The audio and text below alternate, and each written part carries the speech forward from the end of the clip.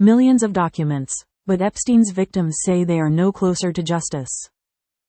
Published by BBC. Warning: this article contains language some readers may find offensive. Millions of files relating to sex offender Jeffrey Epstein have been disclosed by the U.S. Department of Justice, DOJ, since a law mandated their release last year. On the 30th of January, another tranche, which included 3 million documents, was published. Deputy U.S. Attorney General Todd Blanche said at the time he hoped it would bring closure for Epstein's victims, who had endured unspeakable pain. Days later, botched redactions which revealed the identities of some of Epstein's victims forced the DOJ to wipe thousands of the files from its website. Among them were women who had not previously been named publicly, according to their lawyers. The unredacted files included emails, victim statements, nude images and bank account details. The DOJ blamed the mistakes on technical or human error.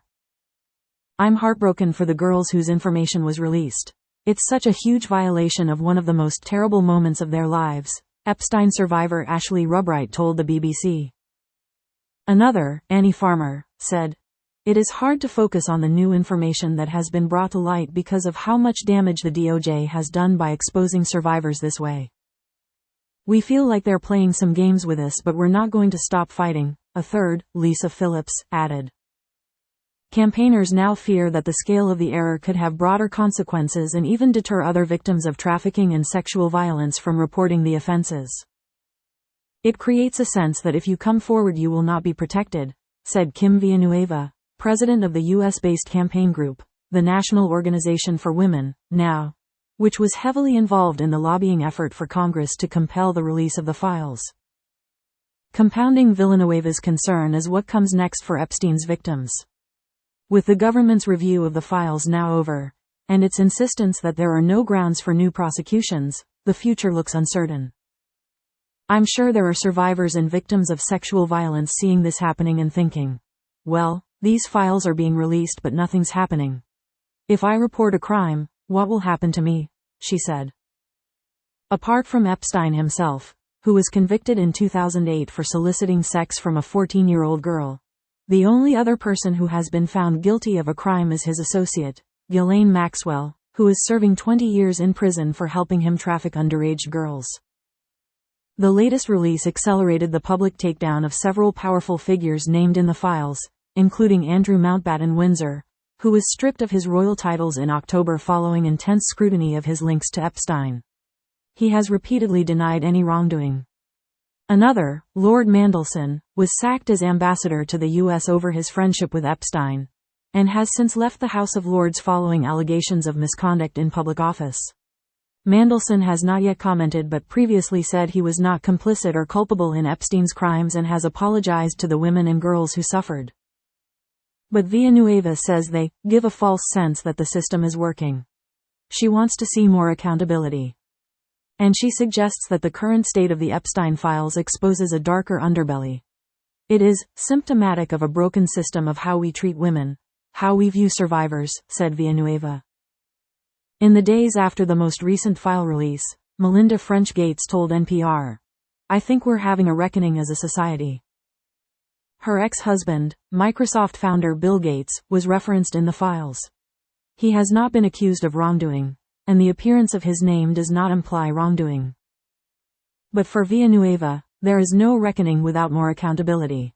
"These files are not a spectacle," she said. Rubright said there was a long way to go. "There's definitely not been enough accountability, absolutely not. There is no suggestion that appearing in the documents implies any wrongdoing. Many people who have featured in previous releases have denied any wrongdoing in relation to Epstein." Scale of sexist language. The so-called Epstein files were shared publicly with little or no context. Names are redacted and faces obscured. Household figures feature throughout, though their inclusion does not indicate criminality. The DOJ also caveated a previous release as possibly including fake or falsely submitted images, documents or videos. The volume of documentation and caveating means no clear narrative emerges. There are noticeable trends, however. Scattered through the millions of files released as evidence of Epstein's interactions with public figures or references to many women. They are often unnamed, identified only by their age, nationality, perceived attractiveness or a single body part, in frequently sexist and pornographic terms. The objectifying language is evidence of a need for better education around misogyny and violence against women, Villanueva said. The examples from Epstein himself are numerous.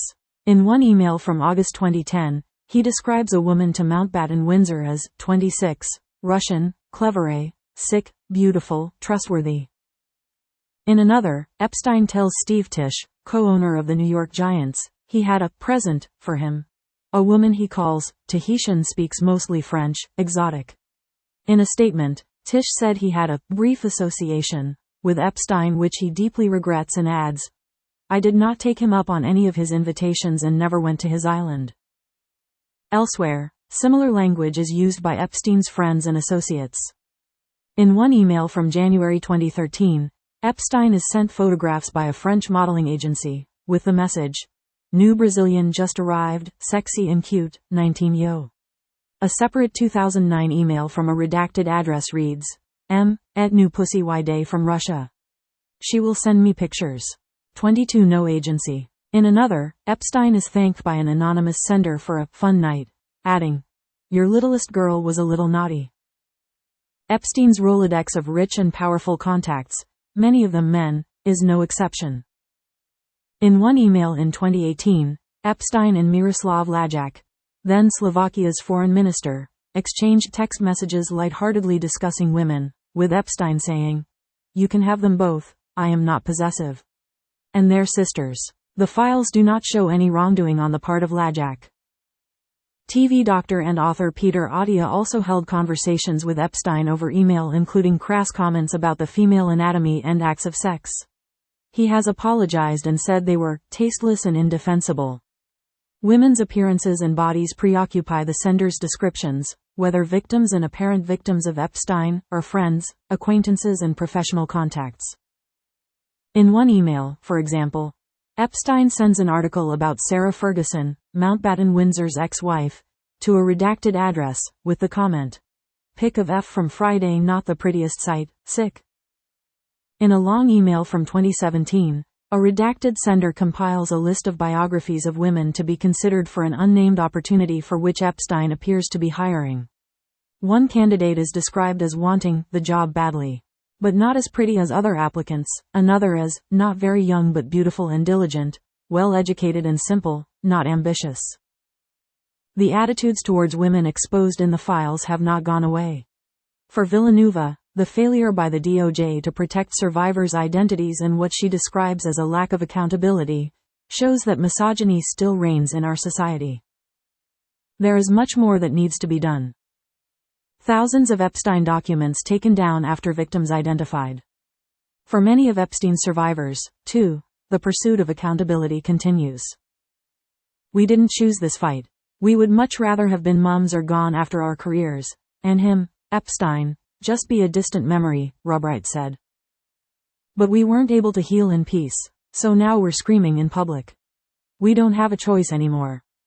It's exhausting, it's emotional, it's raw, another survivor, Jess Michaels, told BBC Newsnight. It can be really hard to keep going, but we know we're trying to change things for the next generation. Hopefully something like this never happens again because of the time we've spent trying to get justice, trying to get transparency.